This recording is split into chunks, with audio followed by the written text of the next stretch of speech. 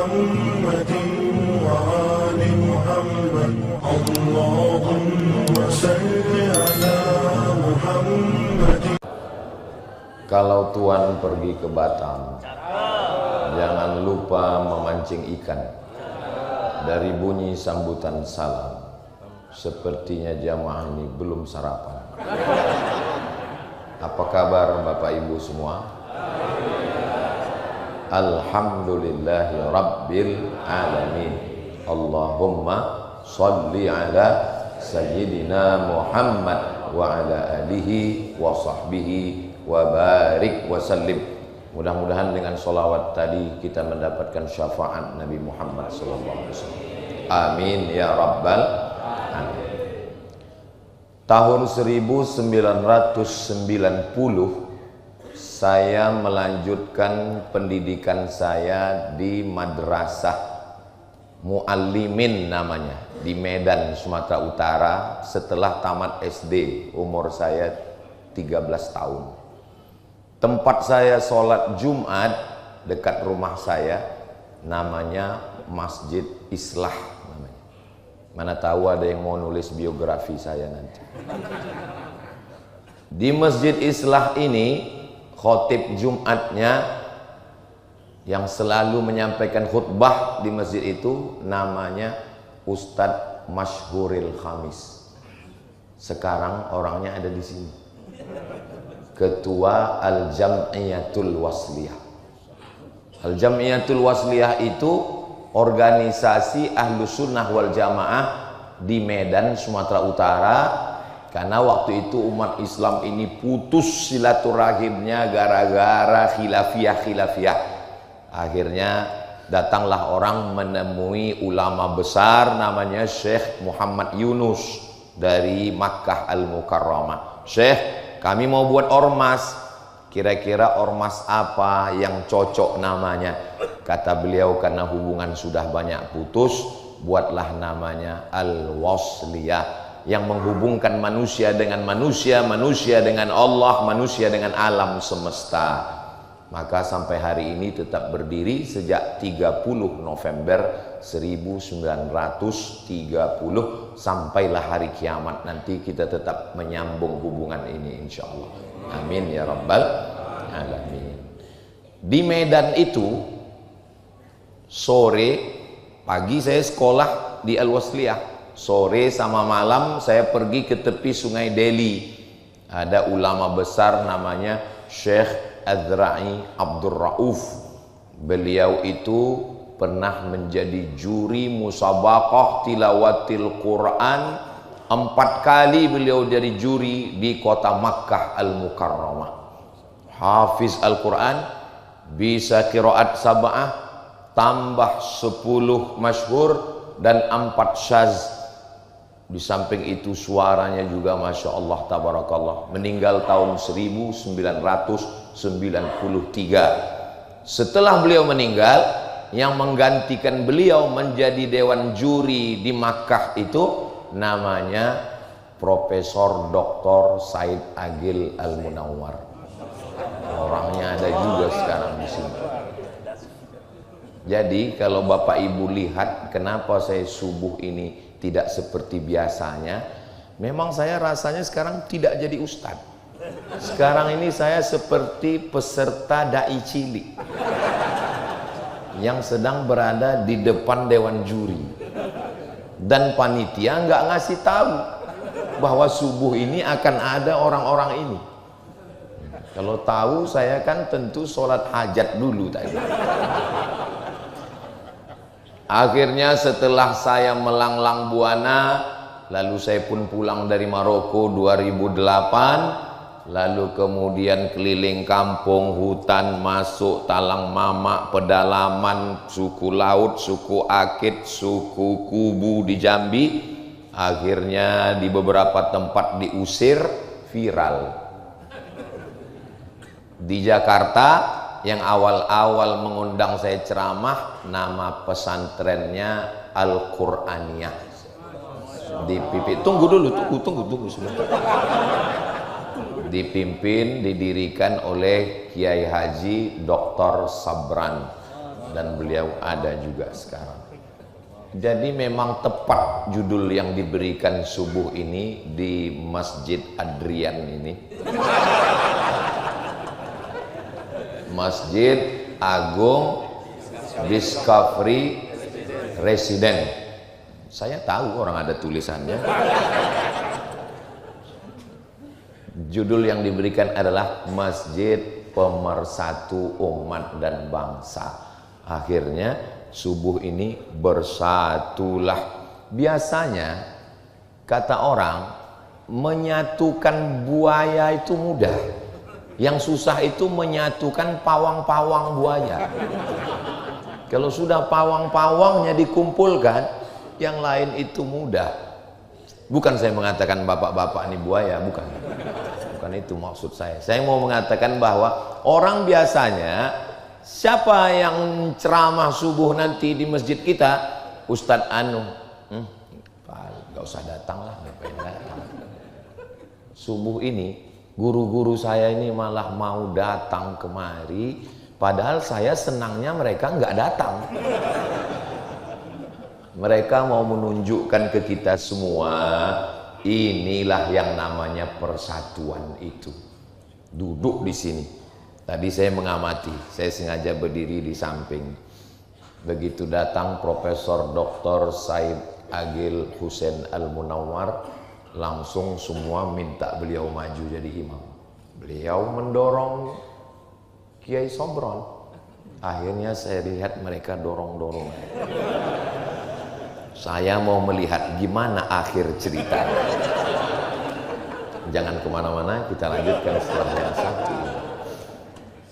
Ternyata yang menyelesaikan masalahnya mereka ikut pendapat ulama fikih. Kalau salah mohon luruskan. Hari ini ada juga hadir ketua besar, imam besar Masjid Raya An-Nur Provinsi Riau, namanya Dr. Zul Ikrami LCMA, hadir bersama kita hari ini. Yang namanya nggak saya sebut, saya mohon maaf, bukan saya nggak hormat, saya nggak ingat. Hadirin hadirat, muslimin muslimat, mukminin mukminat yang belum kawin dan belum sunat, semua yang hadir ini insya Allah dimuliakan Allah Subhanahu wa ta'ala. Saya bilang muslimin muslimat, muslimatnya ada ini? Saya kan melihat ada juga di bawah. Masya Allah. Hai Besti. Jadi masjid ini yang mempersatukan kita adalah masjid. Maka amat sangat heran orang kok malah kelahi di masjid. Saya sholat dan ceramah di satu masjid. Kemudian saya tanya, dulu perasaan pertama kali yang bawa saya ke masjid ini Bapak Anu dulu. Iya Pak Ustadz, dia ketua masjid dulu. Loh, sekarang kok dia nggak datang lagi? Ya, dulu yang pertama bawa dia ke masjid ini Ustadz Somad. Terus pas pemilihan kemarin dia kalah. Sejak itu dia nggak ke masjid lagi. Masjid kok malah tidak mempersatukan? Ini yang salah masjidnya atau orangnya? Saya nggak ada ngomong begitu. Bapak Ibu yang menarik kesimpulan. Jadi masjid ini mempersatukan kita. Mau guru besar, mau habib, mau alim, mau faqih, bertemu bersatunya di masjid. Dan hari ini kita melihatnya. Dan ketika terjadi ikhtilaf perbedaan, siapa yang maju ke depan? Yang menyelesaikannya bukan keegoan, lebih senior, lebih hebat, bukan. Dikembalikan kepada pendapat ulama berdasarkan Quran dan Sunnah Nabi Muhammad Sallallahu Alaihi Wasallam. Kalau berkumpul semua orang Tangsel, ini Tangsel betul, maka yang layak menjadi imam adalah wali kota, bukan menurut KPU. Ulil amri yang menjadi imam. Makanya ketika Nabi Muhammad SAW hidup, beliau jadi imam. Setelah beliau meninggal, Sayyidina Abu Bakar Siddiq jadi imam. Setelah Abu Bakar Siddiq, Sayyidina Umar bin Khattab jadi imam. Setelah Umar, Sayyidina Uthman, Sayyidina Ali. Karena pemimpin sholat sekaligus mimpin negara.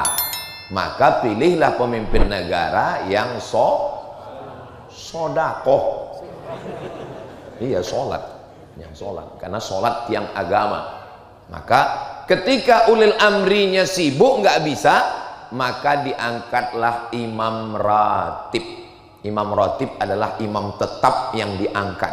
Makanya kalau di Malaysia itu ada sajadah dua, satu di depan, satu di belakang. Saya tanya, kenapa sajadahnya dua?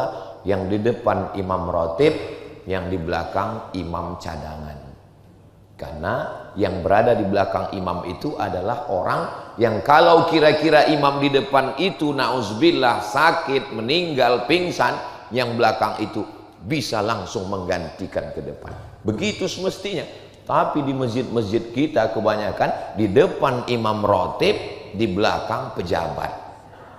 Bayangkan kalau imamnya meninggal, dia manggil staf. Nah, jadi ini mesti diajarkan ini. Untuk apa Ustadz jelaskan itu di sini? Toh yang pejabat Ustadz ngomong nggak datang. Memang mereka nggak datang, tapi kan video ini bisa mereka tonton di channel Ustadz Abdul Somad Official. Subscribe, like, share, and comment. Nah, maka imam ratib lah yang maju tadi menyelesaikan masalah. Memangnya pernah terjadi imam ratib nggak maju? Pernah.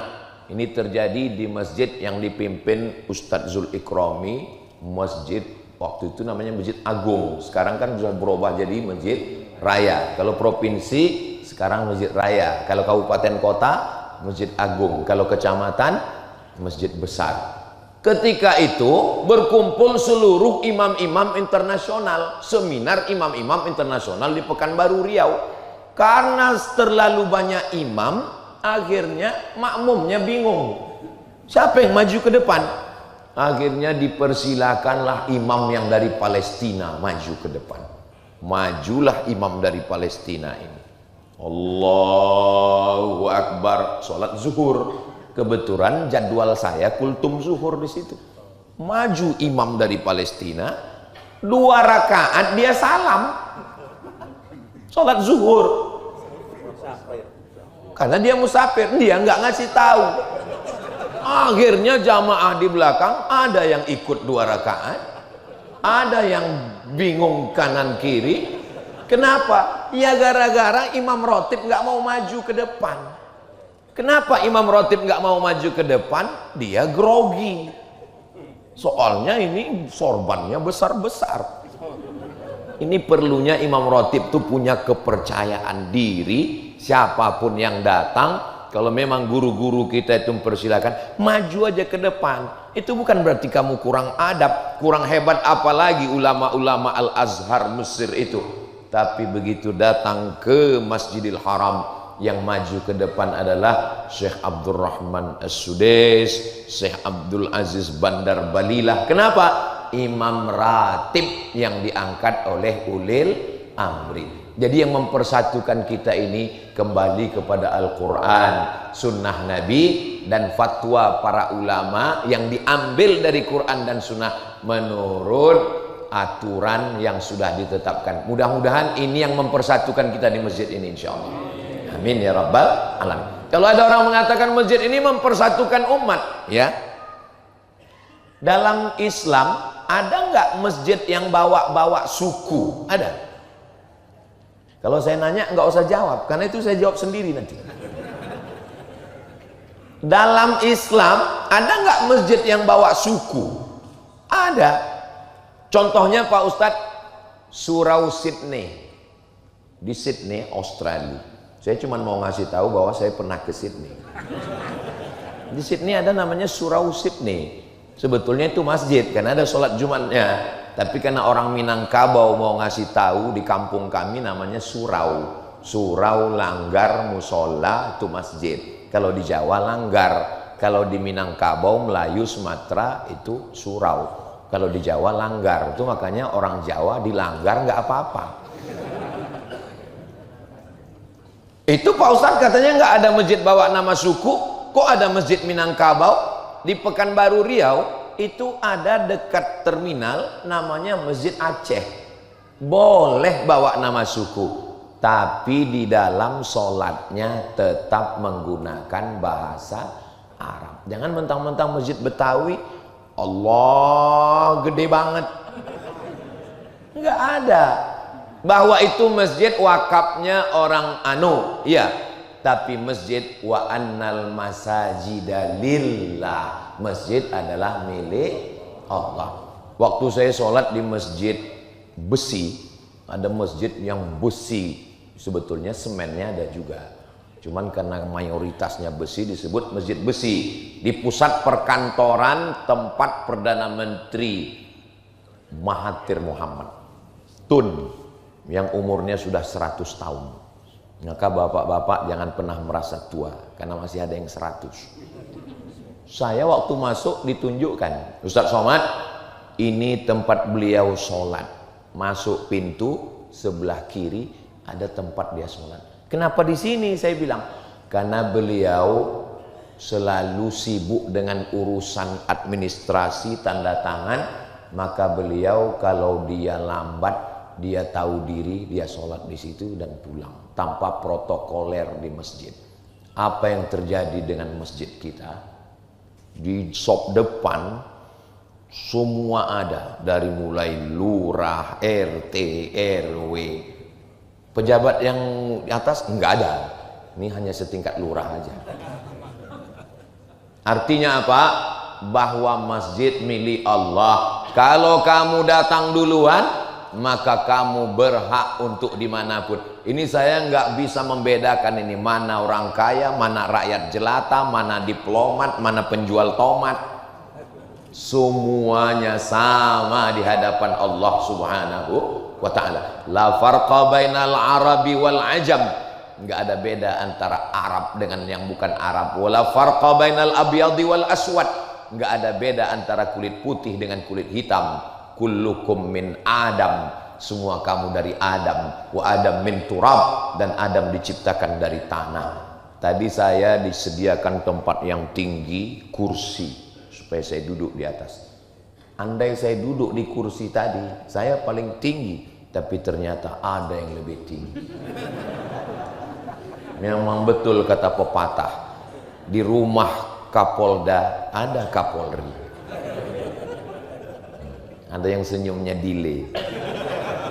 Saudara yang dimuliakan Allah, kalau ada orang yang mengatakan perempuan itu direndahkan, dihinakan, didiskriminasi dalam Islam, datanglah ke Masjid Agung Discovery Residence. Saya begitu mau menuju nama masjid, langsung melihat Mas Adrian. Di masjid ini perempuan dimuliakan, ibu-ibu dimuliakan. Kami Bu ya, melihat dari bawah ini ke atas seperti melihat akuarium raksasa. Masya Allah, luar biasa. Mereka bisa juga balas begitu. Kami juga sedang melihat ikan hiu di bawah. Ya, mereka kan lihat dari kaca juga. Masya Allah, ada anak-anak kita semua. Bapak Ibu yang dimuliakan Allah Subhanahu wa ta'ala, akhirnya kita dipersatukan di sini. Masalah apapun sukunya, bangsanya, dari Sabang sampai Papua, ada yang kita bisa milih dan ada yang kita nggak bisa milih. Hidup ini ada yang bisa kita pilih. Subuh ini mau sholat di masjid atau sholat di rumah, itu bisa milih atau nggak bisa? Bisa. Saya bangun cepat, saya mau ke masjid, ya. Saya terlambat, saya di rumah. Itu kita bisa milih. Tapi ada yang hidup ini kita nggak bisa milih. Menjadi orang Melayu datang dari Pulau Sumatera, itu bisa milih atau enggak? Nggak bisa. Karena nggak ada malaikat bawa kertas multiple choice. Kau mau jadi orang apa? A Arab, B Batak, C Cina. Nggak ada. Makanya kita nggak boleh menghina orang karena sukunya. Karena suku bukan pilihan. Suku itu dipilihkan oleh Allah Subhanahu wa ta'ala. Tapi tentang masalah beribadah, bersikap, ini adalah pilihan. Sekarang banyak orang Yang nggak pilihan pun dia bilang pilihan. Sengaja malam begadang nggak tidur, akhirnya tidurnya jam 4. Kalau tidur jam 4 itu memang sengaja nggak mau sholat subuh. Udah tidur jam 4 otomatis bangunnya jam 8. Begitu ditanya, kenapa kamu nggak sholat subuh? Ini sudah ketetapan Allah. Ini dengan penuh kesadaran. Kamu punya pilihan loh untuk tidur atau enggak. Kenapa enggak kamu tunggu aja jam 4? Kan sebentar lagi azan subuh. Maka untuk ke masjid, untuk berbuat baik, masjid yang mempersatukan kita. Mungkin kalau ketemu di kantor payah, itu Pak Ustadz pejabat Pak Ustadz. Kalau mau ketemu dia itu mesti melewati 10 lantai Pak Ustadz. Kok bisa begitu? Ya memang kantor dia di lantai 10. Tapi kalau ketemu di masjid Pak Ustadz, Assalamualaikum warahmatullah, Assalamualaikum warahmatullah, bisa ketemu langsung. Assalamualaikum Pak. Oh katanya habis sholat nggak boleh salaman Pak Ustadz. Kata Imam Muhyiddin Abu Zakaria Yahya bin Syaraf An-Nawawi, meninggal tahun 676 Hijrah, kalau sebelum sholat tadi nggak ada salaman, selesai sholat baru salaman, itu sunnah. Karena memang dia belum salaman. Saya tadi sebelum sholat nggak ada salaman sama Habib, selesai sholat baru saya salaman, itu sunnah. Tapi kalau sebelum sholat udah salaman, habis sholat salaman lagi, itu namanya mubah. Bisa diingat? Kalau sebelum sholat nggak salaman, selesai sholat salaman, namanya sunnah. Sebelum sholat udah salaman, habis sholat salaman lagi, namanya mubah. Yang nggak boleh itu sedang sholat salaman. Sehat Pak Kapolsek? Saya nggak boleh. Di sinilah kita ketemu polisi, ketemu tentara. Coba kalau di kantor, polisi tentara di depan, pas di sini tentara di belakang. Babinsa, hai Pak Babinsa, Masya Allah Pak Babinsa, kami yang bukan TNI, kami yang bukan tentara ini bangga melihat kalian sholat di sini. Sehingga ibu-ibu bisa ngasih tahu ke anaknya, anakku lihat itu, mereka tentara aja sholat ke masjid, papamu baru jadi security. Mohon maaf security, jangan tersinggung. Saya khawatir juga nanti disomasi sama Ustaz. Soalnya sekarang ngomong nih mesti hati-hati juga. Tolong admin sebelum di-upload di-edit dulu. Nanti pas saya ngomong tit, banyak tit-titnya nanti. Begitulah kita dipersatukan di sini. Mau aparatur negara, mau pejabat, semuanya sama di hadapan Allah Subhanahu wa taala. Makanya namanya masjid. Bahasa Arab itu selalu ada akar katanya 3 huruf. Masjid, sajadah. Masjid, alasnya karpet, sajadah. Masjid itu dari kata sajadah. Padahal kita lebih lama berdiri, qiyam, qoma, mestinya maqam. Tapi kenapa disebut masjid? Padahal sujudnya tidak lebih lama daripada berdirinya, lebih lama tegaknya daripada sujudnya. Tapi kenapa yang dipakai masjid? Karena ketika kita di masjid, semua kita menempelkan keningnya ke lantai. Bukan berarti mentang-mentang pejabat, orang kaya, nggak mau ditempelkannya keningnya ke dinding. Begitulah kita diajarkan bahwa kita merendahkan diri ke hadapan Allah. Siapa orang yang paling dekat dengan Allah? Bukan orang yang masuk Ka'bah. Siapa orang paling dekat dengan Allah? Bukan orang yang berada di depan makam Rasulullah SAW. Orang yang paling dekat, aqrabu ma yakunul abdu min rabbihi wa huwa sajid. Orang yang ketika sedang bersimpuh sujud, di sujud itu dia katakan subhana rabbiyal a'la wa bihamdi. Aku kotor, yang suci hanya engkau. Subhana, aku diciptakan, aku bukan pencipta. Rabbiya al-a'la, yang tinggi hanya engkau. Aku bukan apa-apa dan bukan siapa-siapa. Makanya kalau ada orang sholat tapi sombongnya minta ampun, dia belum memahami hakikat sholat. Tapi jangan dibalik. Sekarang banyak jamaah ini dibalik. Pas dia ditanya, kamu nggak sholat? Yang penting kita rendah hati, Pak Ustaz. Kurang rendah hati apalagi Nabi Muhammad sallallahu alaihi wasallam, tapi beliau tetap sholat. Nah, ini jangan sampai kita salah memahami ini. Masjid bukan hanya tempat bertemunya umat, masjid tempat bertemunya peradaban. Ini apa namanya ini? Ini namanya, saya jawab sendiri, kubah ini namanya. Apakah Masjid Nabawi itu ada kubahnya? Enggak ada. Masjid Nabawi itu tiangnya batang korma, atapnya pelepah korma. Enggak ada bangunan melengkung di atas. Jika tidak ada zaman Nabi berarti bid'ah. Berarti kubah bid'ah ini. Enggak ada zaman Nabi. Dari mana datang arsitektur bangunan melengkung ini? Bangunan atap melengkung diciptakan oleh Kaisar Bizanti yang punya kerajaan namanya Bizantium. Mana contoh bangunan Bizantium yang masih ada tegak berdiri sekarang?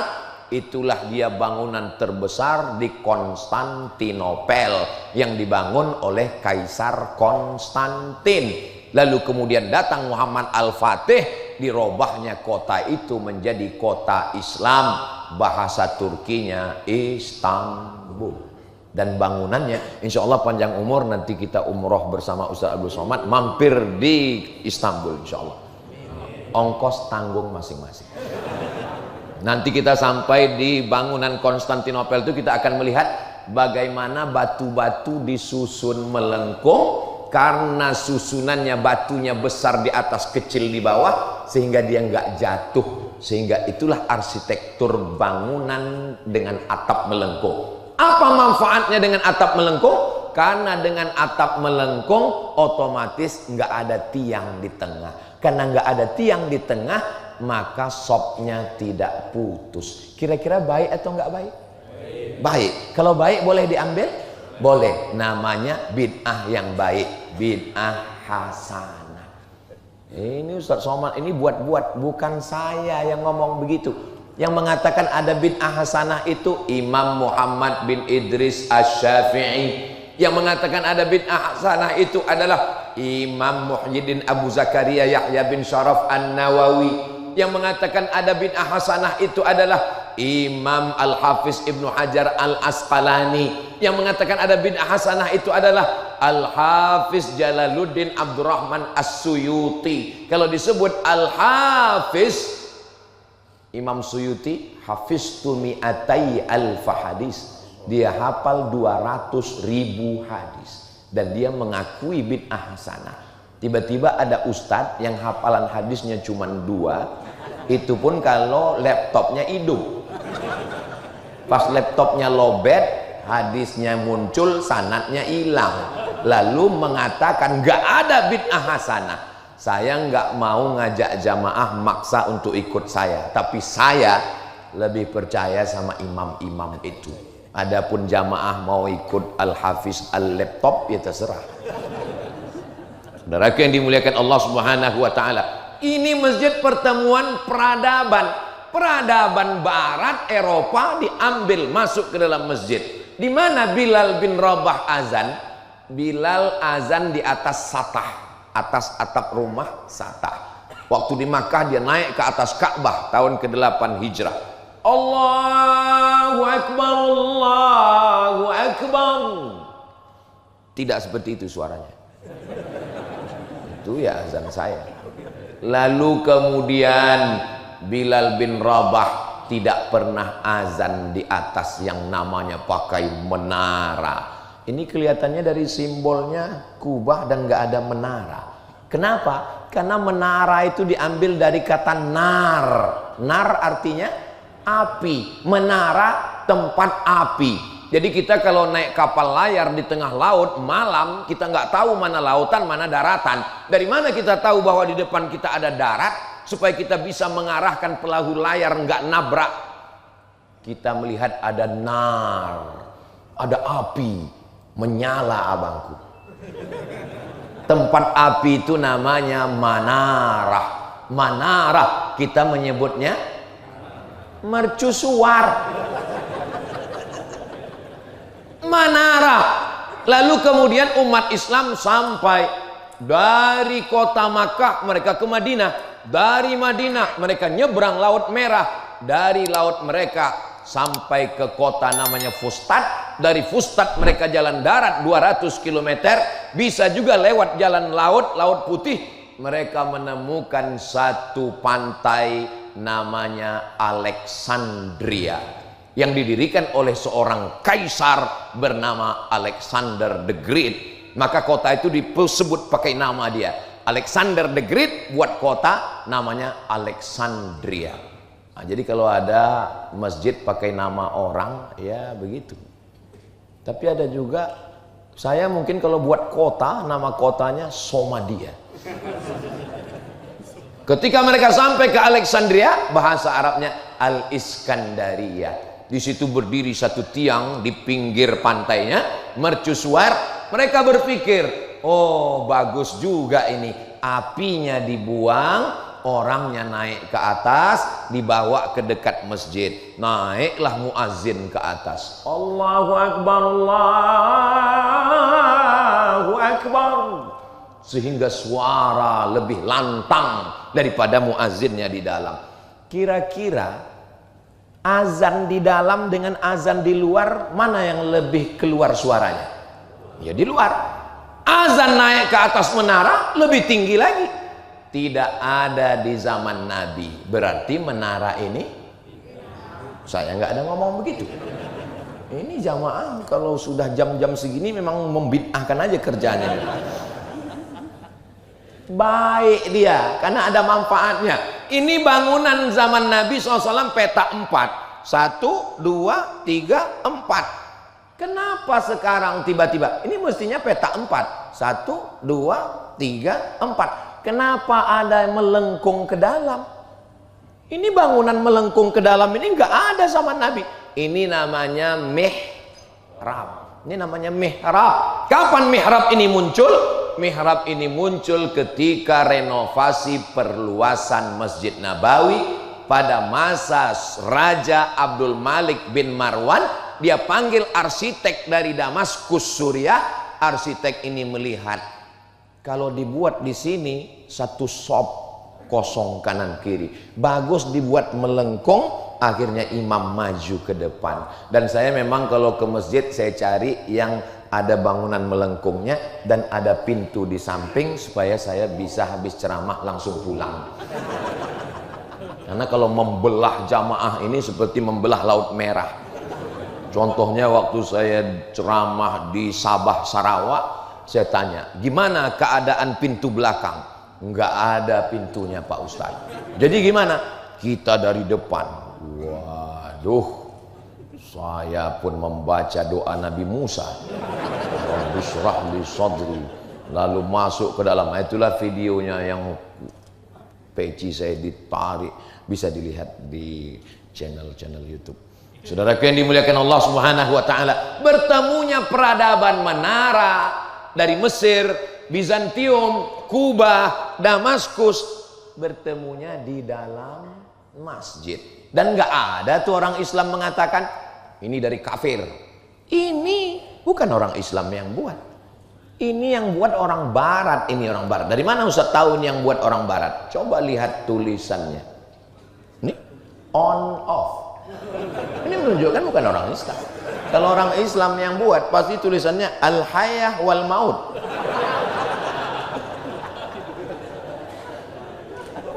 Jadi kalau ada yang komen-komen, kan banyak tuh komen waktu saya lagi naik motor. Somad, itu buatan orang kafir. Kenapa kau naiki? Dia mau ngejek saya. Kalau kafir, kafir aja, jangan bodoh. Dalam Islam nggak dilarang untuk menggunakan alat orang non-muslim. Kalau dia baik. Ini semua alat yang kita pakai ini bukan punya orang Islam.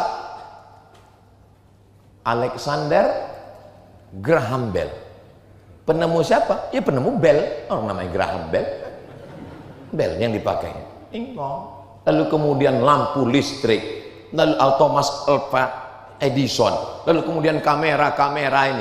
Oh, Jepang, produk Jepang masuk, Korea masuk, Amerika masuk, Eropa masuk, selama dia tidak masuk dalam ibadah kita. Adapun hubungan sosial, wala ana abidum ma'abattum wala antum abiduna ma'abud lakum dinukum. Ustadz jangan sebut kata-kata kafir Pak Ustadz, itu pemecah belah kita. Bukankah dalam Al-Quran dikatakan wala ana abidum ma'abattum wala antum abiduna ma'abud lakum dinukum? Lakum dinukum waliyadin. Jangan pakai kata kafir Pak Ustaz. Oh gitu ya, iya. Lakum dinukum waliyadin. Kalau boleh nanya, lakum dinukum waliyadin itu dalam surat apa ya? Al-Kafirun Pak Ustaz.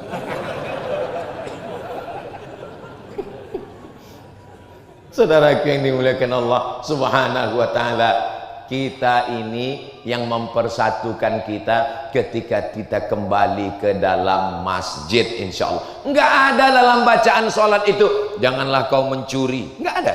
Janganlah kau berzina, enggak ada. Dalam ayat ada, tapi dalam bacaan standar enggak ada. Yang disuruh dalam bacaan itu apa? Allahu Akbar. Karena yang membuat kita terpecah itu adalah merasa diri lebih besar, merasa diri lebih hebat, merasa diri lebih. Maka kita hilangkan kelebihan kita. 2 kali kita katakan Allahu Akbar. Sekali lagi Allahu Akbar kabira. Waktu intiqal Allahu Akbar. Bangkit sami Allahu liman hamidah. Sujud Allahu Akbar. Duduk antara dua sujud Allahu Akbar. Sujud lagi Allahu Akbar. Duduk lagi Allahu Akbar. Apa maknanya? Kau bukan apa-apa dan kau bukan siapa-siapa. Jadi ibu-ibu, kakak-kakak yang selalu diejek orang, kau kok besar kali badan kau, kata dia. Katakan sama dia Allahu Akbar. Allah Maha Besar. Begitu juga kalau bapak nanti istrinya curhat, mama dietnya gagal pak, mama masih besar. Allahu Akbar mah. Yang besar itu hanya Allah Subhanahu wa ta'ala. Kadang hidup ini nggak sulit sebenarnya. Yang sulit itu adalah mendengarkan komentar orang. Betul bu? Betul. Setelah kita hilangkan keegoan, kesombongan, kebesaran kita, walhamdulillahi katsira. Segala puja-puji hanya milik Allah. Kenapa orang bisa kena penyakit post power syndrome? Dipuji-puji, dimuliakan. Ketika tidak lagi dipuji, dulu disambut tala'al badru alaina. Itu sambutan untuk Nabi Muhammad. Tala'al badru.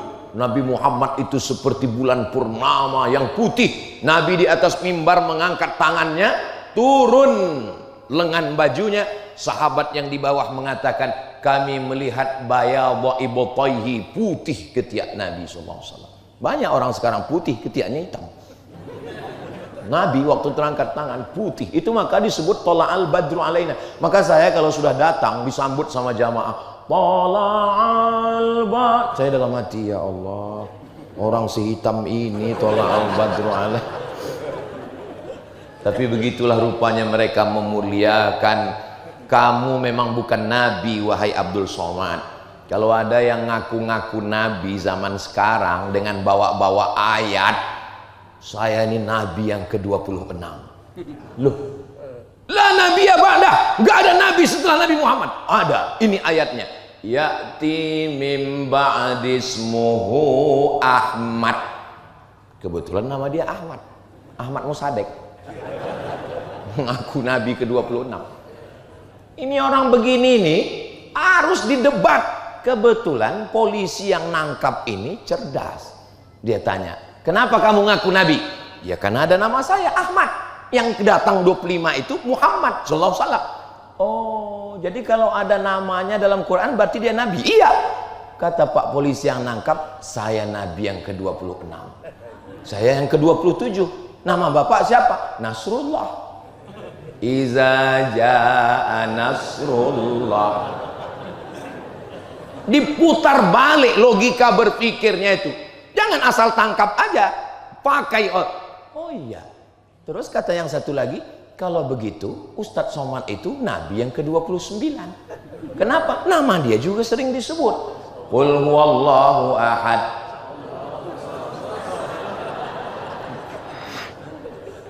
Pakai akal.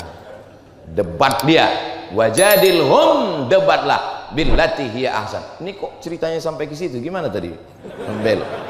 Jadi masjid ini yang mempersatukan kita. Setelah kita hilangkan, kita puja-puji, walhamdulillahi katsira. Engkau orangnya suci, engkau orangnya bersih. Aku banyak dosa, banyak silap, banyak salah. Yang suci hanya Allah. Wa subhanallahi bukratan wa asila.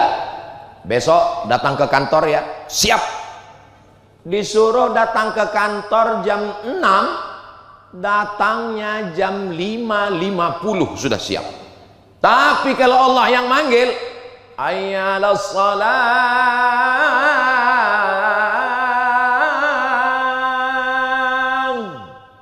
azan zuhur jam 12, ada orang yang wudhu zuhur jam 3. Wudhu zuhur jam 3. Masuk ke masjid, wudhu, sholat. Sampai penjaga masjid nanya, mohon maaf ya Pak, azan asar belum? Kata dia, ini zuhur. Ketika sholat itu apa dia katakan? Allahu Akbar. Kalaulah malaikat itu tidak ditahan Allah, sudah dibenamkan ya kau ke langit, ke bumi yang ketujuh. Sholat zuhur jam 3, Allahu Akbar kau bilang. Yang maha besar itu Allah, maka tunjukkanlah. Makanya kalau orang datang ke masjid on time, orang yang delay, orang yang terlambat, tapi kita ke masjid semuanya menjadi on time, tepat waktu. Apalagi Masjid Agung Discovery Resident, karena di dinding ada jamnya. Di mana tadi ada jamnya? Ada jam kan di atas. Gimana ceritanya asal muasal ada jam waktu? Tadi saya baca 4 menit lagi iqamat. Ini gara-gara masjid kelahi. Kenapa? Karena yang datang lambat terus. Muazin sudah mau qomat. Jangan. Yang lambat RT, RW, yang wakaf. Jadi yang mau iqamatnya jadi segan.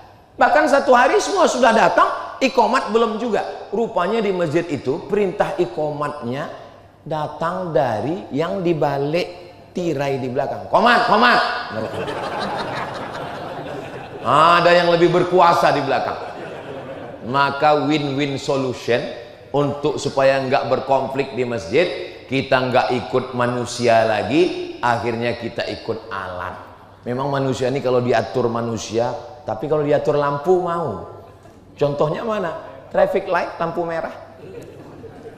Nah, saya pun begitu juga. Saya mengatur diri saya sendiri. Kadang banyak orang kalau udah pegang mikrofon lupa berhenti.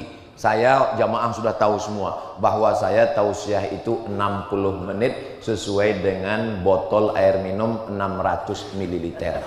Kecuali di Masjid Agung Discovery Resident, botolnya disediakan 300 ml. Pak Ustadz mengada-ngada, saya nggak percaya Pak Ustadz. 300 ml. Saudaraku yang dimuliakan Allah Subhanahu wa ta'ala. Jadi kalau menurut kode etik, ini ceramah saya ini sudah melampau batas. Saudaraku yang dimuliakan Allah Subhanahu wa ta'ala, ketika di masjid kita semua menyerahkan kepada Allah. Inna salati wa nusuki wa mahyaya wa mamati lillahi rabbil alamin. Saya Pak Ustadz nggak percaya kalau Nabi itu bacanya bismillahnya jahar. Oh, nggak bisa begitu. Memangnya kamu hidup zaman Nabi? Ini ulama sudah berijtihad menurut pendapatnya masing-masing. Mazhab yang paling tua Abu Hanifah, Hanafi. Nomor 2 Malik bin Anas, Maliki. Nomor 3 Muhammad bin Idris, Imam Syafi'i. Nomor 4 Ahmad bin Hambal, Imam Hambali. Yang pertama Hanafi. Hanafi sama dengan Hambali. Hanafi, Hambali. Kok jadi metal? Yang paling tua dengan yang paling kecil, bismillahnya sir. Bismillahirrahmanirrahim. Alhamdulillahi rabbil alamin. Ar-Rahmanir Rahim. Yang nomor 2 Maliki, enggak pakai bismillah sama sekali. Alhamdulillahi rabbil alamin. Yang ketiga Syafi'i, jahar. Bismillahirrahmanirrahim. Alhamdulillahi rabbil alamin. Masjid Agung Discovery Resident ikut mazhab mana? Cerdas. Imam kita tadi bismillahnya jahar. Bismillahirrahmanirrahim. Rakaat kedua, Sami'allahu liman hamidah. Itu pendek. Karena pernah juga saya lewat di masjid, saya dengar, saya lambat, saya dengar. Saya musafir, saya dengar dari toa. Sami'allahu liman hamidah. Rupanya nama istrinya Hamidah. Dia mau suruh cepat siapkan makan. Enggak ada itu. Tanya sama Habib kalau nggak percaya sama saya. Sami'allahu liman hamidah. Imam angkat tangan. Allahumma hdina fiman hadait.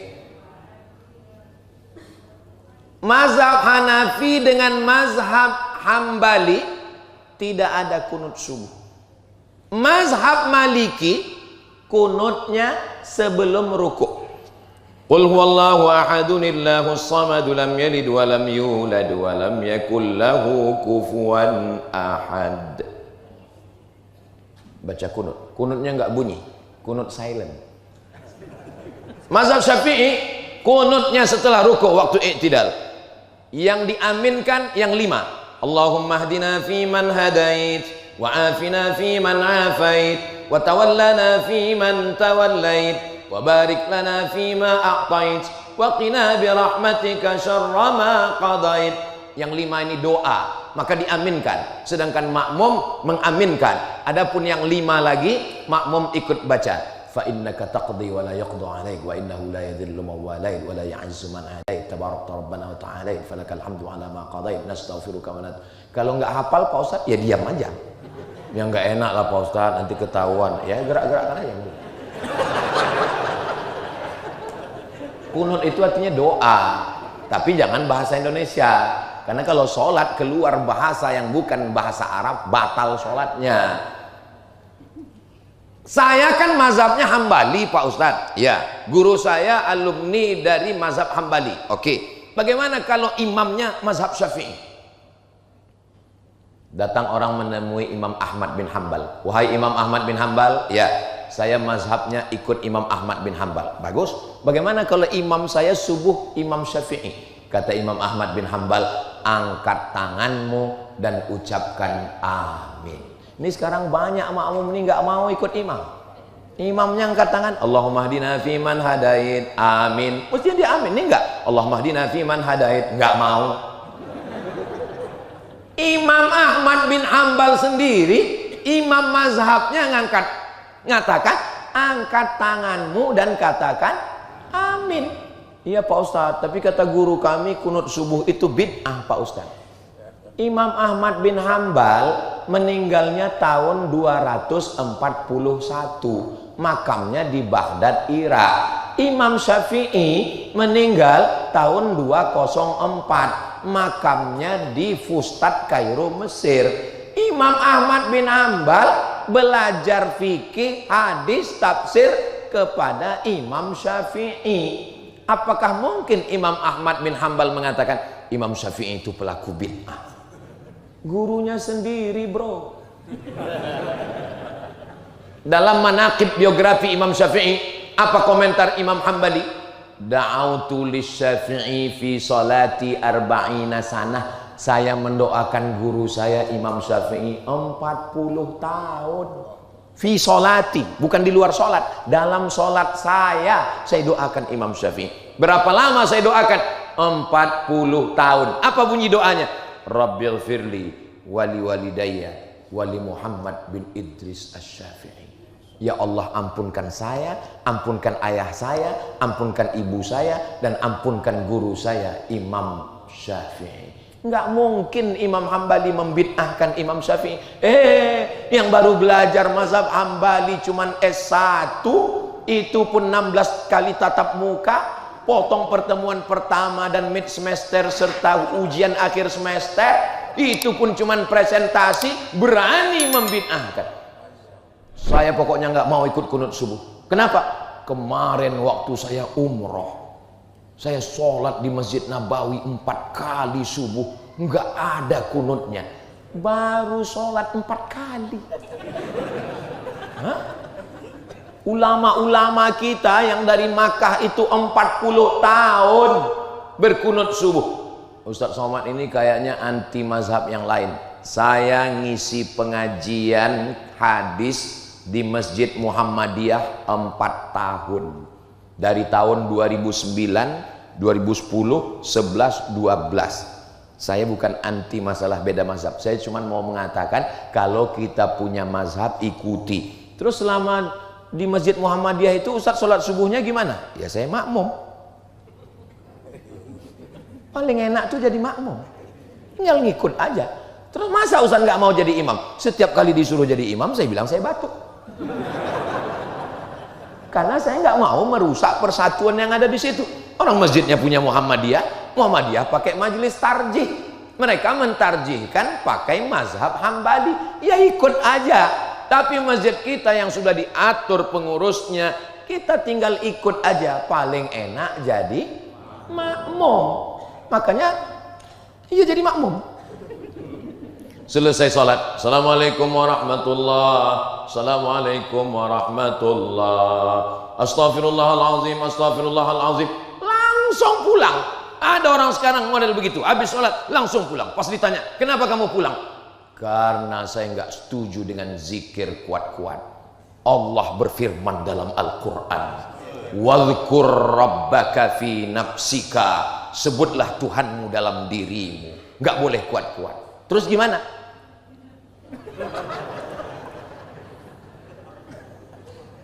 Ulama Saudi Arabia namanya Syekh Ibnu Utsaimin pernah ditanya, buka dalam kitab, lupa pula namanya, Syekh Ibnu Utsaimin, ya, zikir setelah sholat itu jahar atau sir? Al-jahru bidzikri ba'da inqidha'is shalah sunnah. Zikir jahar setelah sholat adalah sunnah. Mana dalilnya Syekh? Hadis dari Abdullah bin Abbas. Abdullah bin Abbas di luar masjid, dia mendengar suara al-jahru bidzikri. Nabi dan sahabat zikir dalam masjid yang suaranya terdengar sampai keluar masjid. Padahal waktu itu belum ada mikrofon. Kira-kira sebesar apa suara Nabi dengan sahabat di masjid waktu itu? Oke, kita hilangkan dulu bid'ah ini. Allahu Akbar, Allahu Akbar, Allahu Akbar, Allahu Akbar. Kedengaran yang di luar?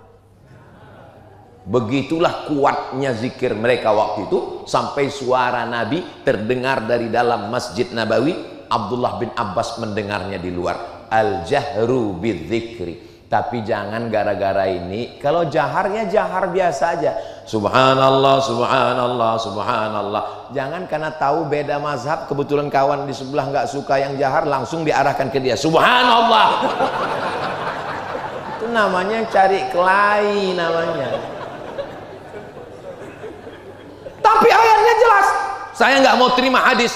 Ayatnya jelas. Wazkur rabbaka fi nafsika. Sebutlah Tuhanmu dalam dirimu. Kan jelas di dalam Pak Ustadz. Berarti suaranya nggak keluar. Makanya jangan baca Quran, baca terjemah. Pahami sendiri, nyasarnya rame-rame. Itu ayat turunnya di Makkah. Di Makkah nggak boleh zikir kuat-kuat, takut ditangkap Abu Jahal dan Abu Lahab. Tapi di Masjid Agung Discovery Residen, apakah ada Abu Jahal di luar? Mana berani Abu Jahal kemari? Datanglah kemari biar ditendang sama Pak Babinsa. Saudaraku yang dimuliakan Allah. Jawaban yang kedua, zikir jahar itu baca ayat sebelumnya. Wa idza quri'al Qur'an. Kalau ada orang baca Quran, fastami'u lahu, dengar baik-baik. Wa ansitu, diam. La'allakum turhamun. Ada orang baca Quran. Berikut ini sebelum Ustaz Abdul Somad menyampaikan tausiah, marilah kita dengarkan pembacaan ayat suci Al-Quran yang akan disampaikan oleh santri dari pesantren Al-Quraniyah, pemenang musabaqah tilawatil Quran internasional. Dia pun ngaji. A'udzubillahi minasyaitonirrajim.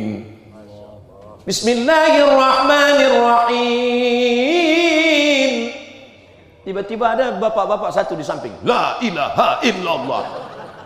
Enggak boleh, karena ada orang baca. Yang ketiga, zikir jahar, zikir sir itu, wazkur rabbaka, sebutlah Tuhanmu, fi nafsika, dalam dirimu, itu untuk Nabi Muhammad sallallahu alaihi wasallam. Kenapa Nabi disuruh zikirnya sir di dalam? Karena dia sudah selamat dari godaan bisikan setan. Sedangkan kita masih kesetanan. Maka untuk ngusir setan, kata Syekh Abdul Wahab Asy-Sya'rani, ngusir setan itu zikirnya mesti jahar, bergetar dari ujung rambut sampai ke ujung kaki. Afdalu zikri fa'lam annahu la ilaha illallah. Begitu. Makanya ketika azan dikumandangkan, itu setan-setan lari. Wa 'alaiha duratun. Durat artinya kentut yang berbunyi. Kalau nggak bunyi, fusaun. Hebatnya bahasa Arab. Bunyi nggak bunyi aja ada bedanya. Tapi saya udah cari-cari, nggak ada bahasa Arab membedakan kentut yang bau dengan nggak bau. Orang yang sedang azan, Allahu Akbar, Allahu Akbar, itu langsung setan lari. Kenapa? Karena suaranya bergetar. Maka sonhorek itu mestinya seluruh pengurus masjid bekerja sama dengan sonhorek. Dipakailah untuk azan itu. Ini sekarang banyak salah. Pas untuk musik bergetar jantungnya, tapi pas untuk azan, Allahu Akbar, Allah, itu azan untuk bayi yang baru lahir. Ya? Kalau azan begitu dipakai di masjid, Allahu Akbar, Allahu Akbar, kata setan, ini serius apa enggak? Gua kalau lu serius, gua kabur nih. Tapi kalau cuman geladi, gua nongkrong doang nih. Gitu. Alah, Ustaz Somad baru 2 hari di Jakarta, udah ngomong dulu gua. Saudaraku yang dimuliakan Allah Subhanahu wa taala. Lalu kemudian setelah selesai zikir tadi, imam kita berdoa. Ad-da'i wal mu'ammin fil ajri sawa, yang berdoa dan yang mengaminkan pahalanya sama. Apa makna hadis itu? Nabi mengatakan ad-da'i yang berdoa, wal mu'ammin dan yang mengaminkan pahalanya sama. Pertanyaannya, adakah doa bersama? Gak usah dijawab. Orang saya yang jawab.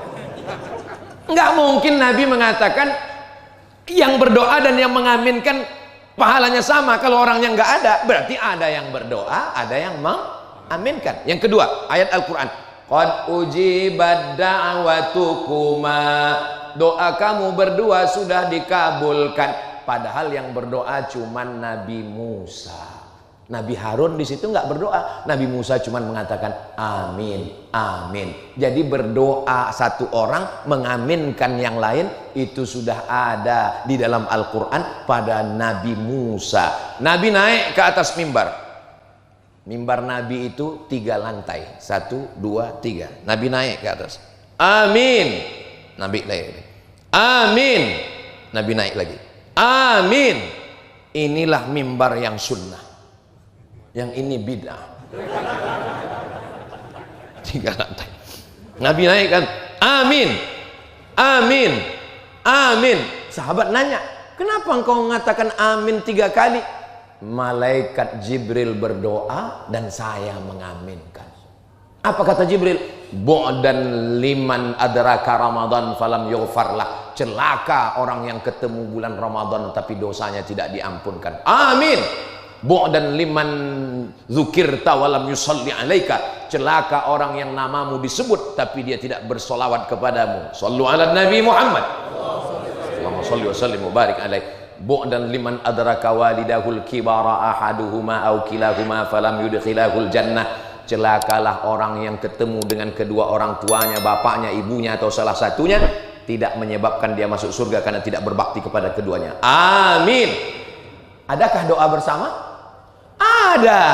Bahkan doa bersama itu diaminkan oleh para malaikat. Makanya yang nggak hafal doa, malas berdoa, tinggal ngaminkan aja. Amin. Apa susahnya? Amin. Kamu kenapa tadi habis sholat langsung pulang? Soalnya doa saya sama doa imam lain, Pak Ustadz. Loh, lain gimana? Imamnya minta hujan, terus saya jual es krim, Pak Ustadz. Yang dia minta hujan itu maksudnya turunkan rahmat.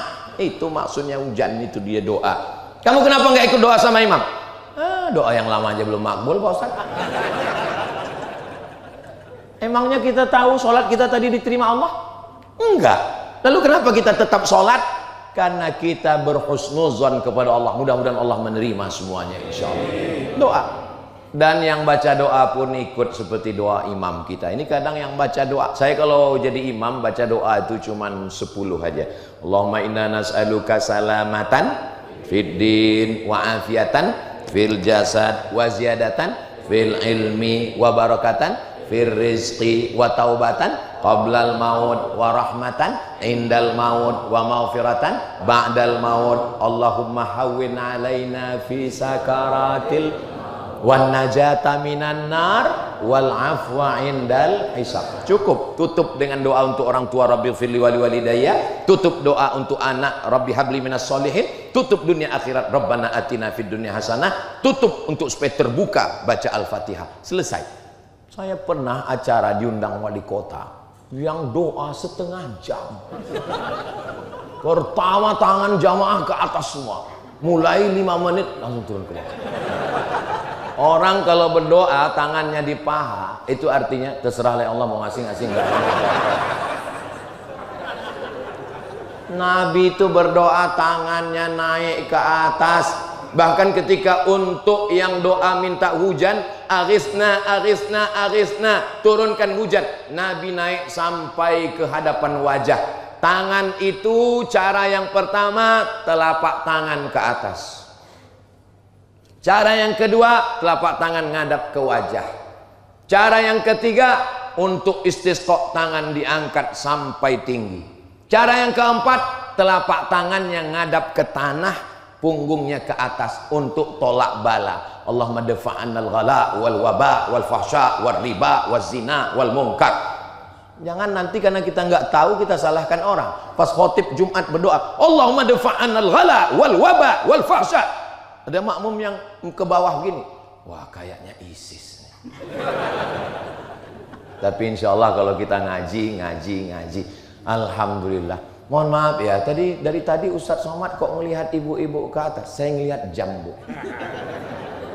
Saya tadi mulainya berdiri itu jam 4.59 dan sekarang sudah jam 6. Berarti ini sudah melanggar kode etik. Di mana-mana Ustadz Somad itu ceramahnya kan 60 menit, tapi di sini 61 menit. Itulah yang dapat saya sampaikan. Terima kasih segala perhatian, mohon maaf segala kekhilapan. Puncak dari tausiah bukan pengajian. Puncak dari ngaji adalah doa. Mari aminkan doa. Kita berharap dengan lisan penghafal Quran, ahli fikih, ahli hadis, dan beliau zuriat keturunan Rasulullah SAW, mengalir darah Nabi dalam tubuhnya. Mudah-mudahan kecintaan kita kepada beliau membuat kita nanti dicintai oleh Nabi Muhammad SAW. Selama 1 jam menyampaikan tausiah ini, kata-kata saya menyinggung perasaan di hati Bapak Ibu, maukah memaafkan saya? Saya tutup dengan pantun penutup. Menangkap puyuh di Bukit Selasih. Thank you dan terima kasih pada guru kami Sayyidi Al-Habib Profesor Dr. Sayyid Aqil Ibn Husain Al-Munawwar. Mohon berkenan memanjatkan doa untuk kita semua, insya Allah.